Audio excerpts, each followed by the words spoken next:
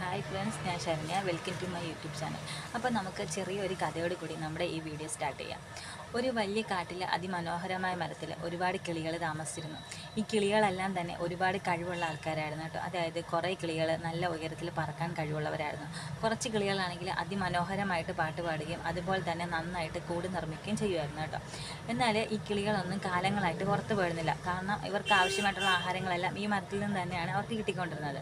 എന്നാൽ ഒരു കുഞ്ഞു കിളി മാത്രം എല്ലാ ദിവസവും അടുത്തുള്ള കാടുകളിൽ പോയി തനിക്കുള്ള ആഹാരം കൊണ്ടുവരികയായിരുന്നു ചെയ്തുകൊണ്ടിരുന്നത് കേട്ടോ. അങ്ങനെ കാലങ്ങളെല്ലാം കടന്നുപോയി. കടുത്ത വേനൽ ചൂടെത്തി. ആ വേനൽ ഇവരുടെ കാട്ടിനെ നന്നായിട്ട് ബാധിച്ചു. ഇവരുടെ കാട്ടിലുള്ള വെള്ളങ്ങളെല്ലാം ഉണങ്ങി വരണ്ടു. അതുപോലെ മരങ്ങളെല്ലാം ഉണങ്ങി, ഇലകളെല്ലാം തൊഴിയാൻ തുടങ്ങി. ഇവരെല്ലാം പട്ടിണി കിടന്ന് മരിക്കേണ്ട അവസ്ഥയെത്തി. അപ്പോൾ കിളികൾ പരസ്പരം പറഞ്ഞു, ഇനി നമ്മൾ എന്ത് ചെയ്യും, നമുക്ക് വെള്ളമില്ല, ആഹാരമില്ല, നമ്മൾ മരിച്ചു പോകുമല്ലോ.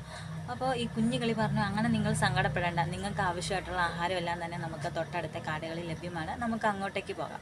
അങ്ങനെ ഈ കുഞ്ഞു കിളി മറ്റു കിളികളുമായിട്ട് പോകാൻ വേണ്ടിയിട്ട് ഒരുങ്ങി. എന്നാൽ ഒരുപാട് കിളിക്ക് ഈ കുഞ്ഞു കിളിയോടൊപ്പം പോകാൻ സാധിച്ചില്ല. കാരണം എന്ന് വെച്ചാൽ ഇവർ കാലങ്ങളായിട്ട് പറക്കാതിരുന്നത് കൊണ്ട് തന്നെ ഇവരുടെ പറക്കാനുള്ള കഴിവ് നശിച്ചു പോയിരുന്നു.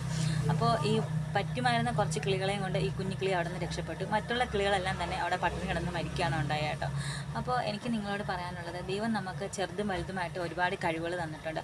ആ കഴിവുകൾ വേണ്ട വിധത്തിൽ ഉപയോഗിക്കുക എന്നുള്ളതാണ് നമ്മുടെ കർത്തവ്യം. നമ്മൾ ആ കഴിവുകൾ ഉപയോഗിക്കും തോറും ആ കഴിവുകൾ വലുതായിക്കൊണ്ടിരിക്കും. അപ്പോൾ നിങ്ങൾക്ക് എൻ്റെ വീഡിയോ ഇഷ്ടമായാൽ നിങ്ങൾ എന്നെ സബ്സ്ക്രൈബ് ചെയ്ത് സപ്പോർട്ട് ചെയ്ത് ലൈക്ക് ചെയ്യണം കേട്ടോ.